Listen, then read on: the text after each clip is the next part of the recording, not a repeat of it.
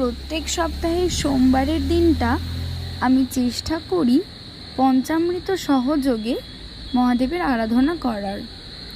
তাই আমি পঞ্চামৃতের মধ্যে রেখেছি দুধ, গঙ্গার জল, ঘি, মধু, শর্করা বা চিনি, চন্দন এবং বেলপাতা।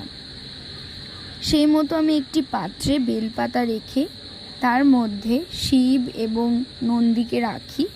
এরপর আস্তে আস্তে ঘি, মধু, শর্করা ইত্যাদি দিয়ে খুব ভালো করে মাখিয়ে তারপর দুধ এবং গঙ্গার জল শিবের মাথায় অর্পণ করি।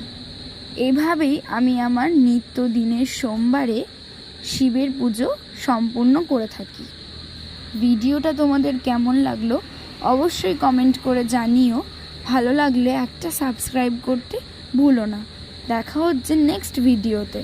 ততক্ষণের জন্য আসছি।